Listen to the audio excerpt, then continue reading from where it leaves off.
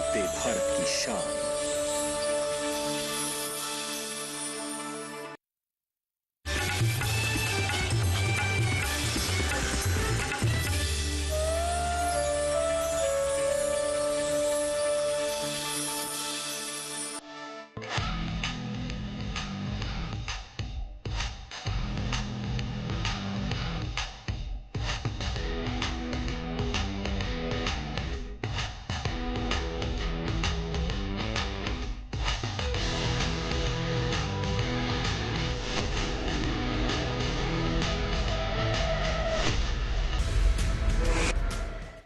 जब जीरो दिया मेरे भारत ने, दुनिया को तब गिनती आई। बिल्कुल, अगर आज इंसान चांद तक पहुंचा है तो उसका श्रेय भारत को जाता है, क्योंकि अगर भारत ने दुनिया को शून्य नहीं दिया होता तो आज चांद तक पहुंच पाना मुश्किल था। जब दुनिया को डिप्रेशन ने सताया, तब भारत ने तन और मन दोनों को स्वस्थ रखने के लिए योग की कला सिखाई। कोविड-19 जैसी पेंडेमिक के बाद आज जब सारी दुनिया स्वास्थ्य चिंताओं से घिरी हुई है, तब एक बार फिर भारत दुनिया की थाली में कुछ ऐसा परोसने जा रहा है जिसे सुपर फूड कहा जाता है।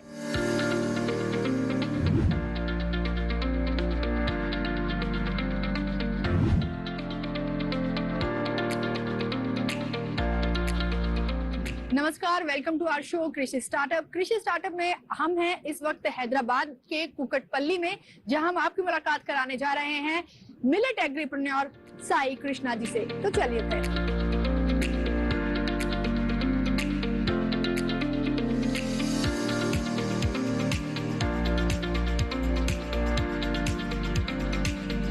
तो साई कृष्णा जी, हमें तो मालूम ही है कि आप क्या कर रहे हैं। मैं चाहूंगी कि एक बार आप खुद हमारे व्यूअर्स को बताएं कि आप क्या कर रहे हैं। सबको नमस्कार। मेरा नाम साई कृष्णा है और मैं fountain head foods private limited करके एक कंपनी चलाता हूँ जो मिलेट्स के एरिया में मिलेट्स के value added products, breakfast, lunch और स्नैक मोमेंट्स के लिए प्रोडक्ट्स बनाते हैं। मैं आंध्र प्रदेश का एक नरसरावपेट करके एक गांव में पैदा हुआ हूँ और मेरी पूरी स्कूलिंग वहीं पे हुई है। और मेरे पेरेंट्स के जो फैमिली है उनके एंसेस्टर्स पूरे फार्मिंग बैकग्राउंड से आते हैं। और मेरा मिलेट्स में काम करने का ट्रिगर यही था कि उसे मतलब 2013 से 2-3 साल पहले मेरे फादर को डायबिटीज हो गया था और उसके लिए फूड्स ढूंढते, उसके लिए कौन से फूड खिलाना है जिससे उनके ग्लूकोज लेवल्स नॉर्मल हो, उसको ढूंढते ढूंढते मैं मिलेट्स मिलेट्स मेरे को पता चला और फिर मेरे को समझ में आ गया कि ये बहुत सारे ऐसी चीजें हैं जो हम बचपन से खा रहे हैं जी।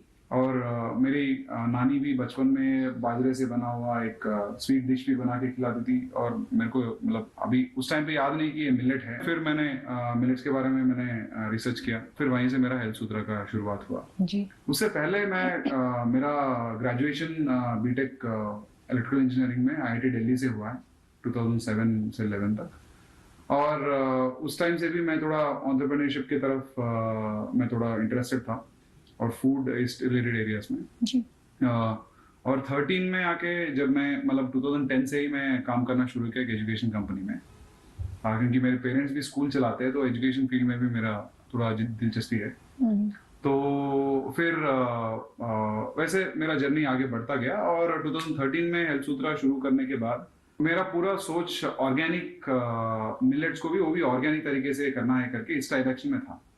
लेकिन बाद में मेरे को ये पता चला कि ऑर्गेनिक एक बहुत ही छोटा नीश मार्केट बन जाता है जो जनरल पब्लिक के लिए इन टर्म्स ऑफ प्राइस और अवेलेबिलिटी इतना ज्यादा सूट नहीं करता है करके फिर ओनली मिलेट्स के पे काम करने का मैंने डिसीजन लिया है और उसी डायरेक्शन में 2014 में मैं IIMR उस टाइम पे उसका नाम डायरेक्टरेट ऑफ सोर्गम रिसर्च था, DSR जी। तो उनके पास गया और उनके पास मिलेट्स के टेक्नोलॉजीज जो अवेलेबल है जिससे हम मिलेट ग्रेन को प्रोसेस करके एक वैल्यू एडेड प्रोडक्ट बना सकते हैं, उस पर मैंने ज्यादा ध्यान दिया है। क्योंकि उस टाइम पे और अभी भी एक तरह से जितना टेक्नोलॉजी कॉर्न और व्हीट का जितना हाई लेवल के सोफिस्टिकेशन उसके फूड प्रोसेस मशीनरी पे अवेलेबल है, उतना अभी मिलेट्स के ऊपर जो मशीन्स मिलेट को प्रोसेस करने वाले मशीन्स है वो उतना सोफिस्टिकेटेड मशीन्स अभी नहीं है। तो आपने क्योंकि जॉब भी किया और फिर स्टार्टअप शुरू किया, तो क्या डिफरेंस पाते हैं जॉब और एक बिजनेस में? किस तरह के चैलेंजेस हैं दोनों में?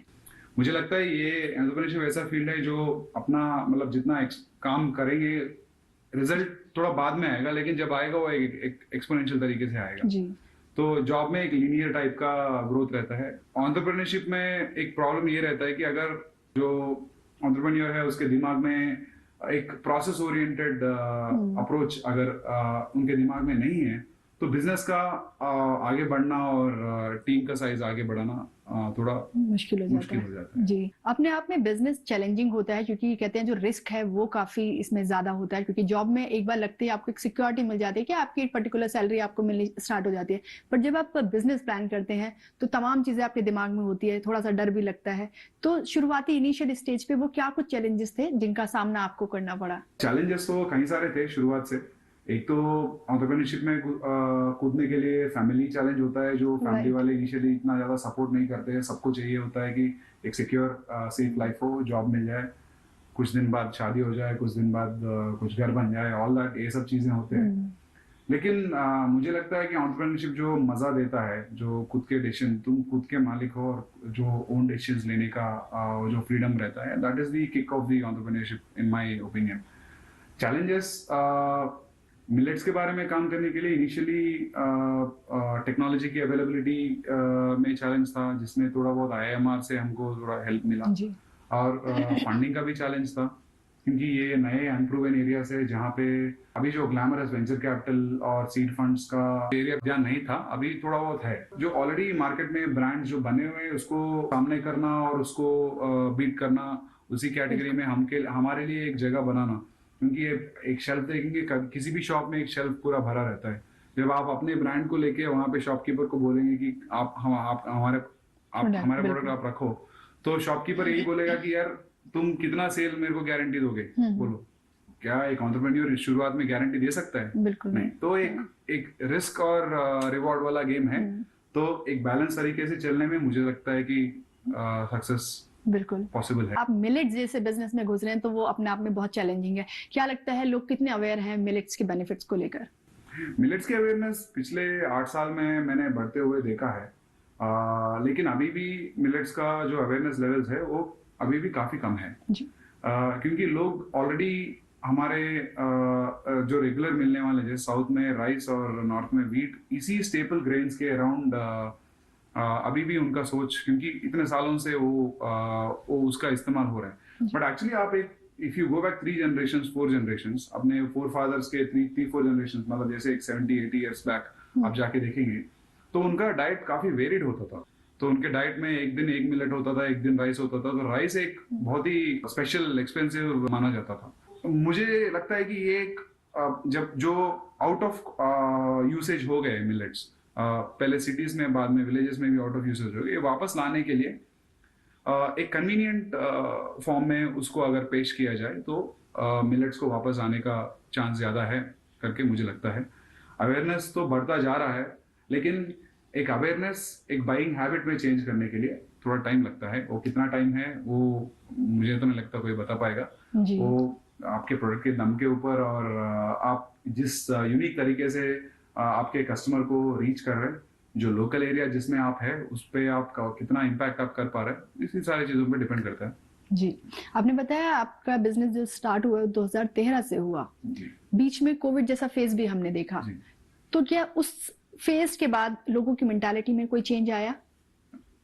तो आप जब बिजनेस को एवेल्यूएट करते हो तो कोविड का इम्पैक्ट को एक शायद मुझे लगता है कि 2 अलग एंगल से देखना चाहिए।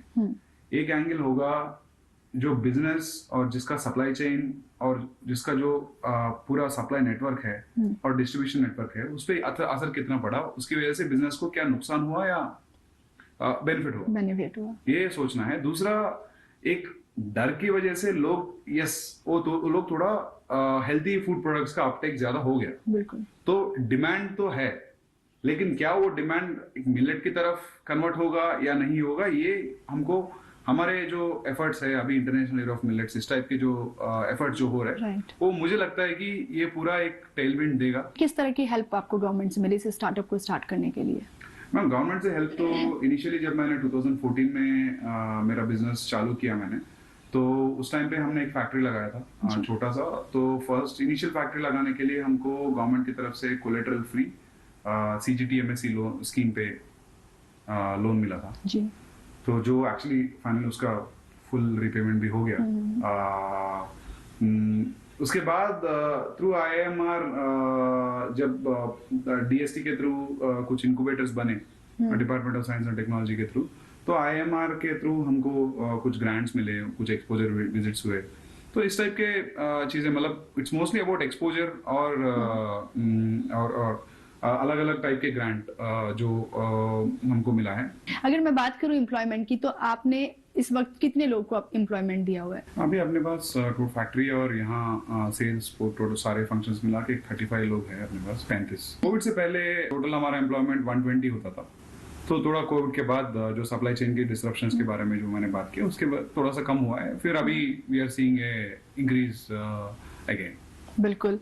जब आप जॉब करते हैं तो जॉब में सिर्फ आप अपने बारे में सोचते हैं, अपनी सिक्योरिटी के बारे में सोचते हैं, लेकिन जब आप हिम्मत जुटाते हैं और ये सोचते हैं कि सेल्फ एम्प्लॉयमेंट जो है उसको जनरेट करेंगे, तो सिर्फ आप अपनी मदद नहीं करते हैं, आप दूसरे लोगों की भी मदद करते हैं, उनको रोजगार मुहैया करा के। और शायद देश को भी वाकई इसकी जरूरत है, क्योंकि सिर्फ हमें अपने बारे में नहीं सोचना है, हमें देश के बारे में सोचना है। तो साई कृष्णा जी से हमने उनकी स्टार्टअप जर्नी के बारे में जाना है। अभी जानेंगे कि जो मिलेट्स की प्रोसेसिंग है वो कैसे होती है, लेकिन उससे पहले लेंगे एक छोटा सा ब्रेक। आप कहीं जाइएगा नहीं, बने रहिए हमारे साथ डीडी किसान पर। हाय मॉम, फिर से शॉपिंग?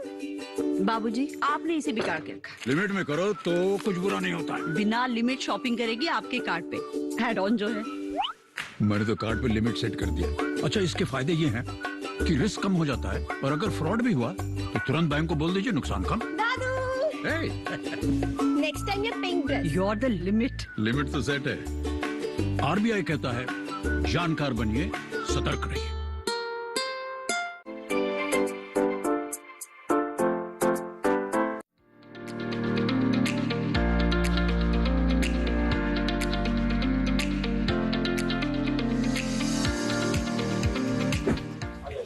तो ये आपका वेयर हाउस है।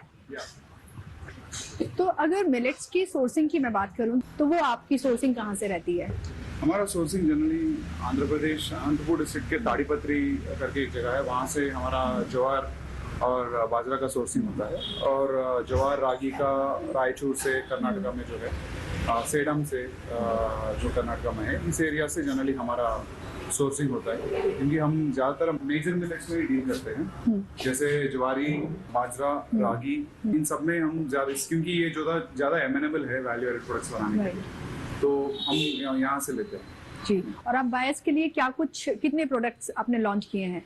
हमारे पास अभी 20 प्रोडक्ट्स हैं। कुछ ब्रेकफास्ट मोमेंट के लिए है और कुछ मील मोमेंट्स के लिए, कुछ नाश्ते में कुछ यूज कर सकते हैं जो और नॉर्मल इसमें भी यूज कर सकते हैं। इसके अलावा हमारे बेवरेज मिक्सेस भी है, जो गर्मियों में उसको बटर मिल्क में हो या मिल्क में हो डाल के पी भी सकते हैं। बिल्कुल। तो और अब अपने पास जो प्रोडक्ट कैटेगरीज है, जैसे हम पोहा बनाते हैं, ज्वार, बाजरा, रागी, इन सब से। सो ये अब या तो पोहे बनाने के लिए या खीर बनाने के लिए या एक रोस्टेड चुड़वा जैसा बनाने के लिए, इन सब स्नैक्स के लिए भी यूज कर सकते हैं। वो फ्लेक्स से हम म्यूसली बनाते हैं, पॉरेज बनाते हैं।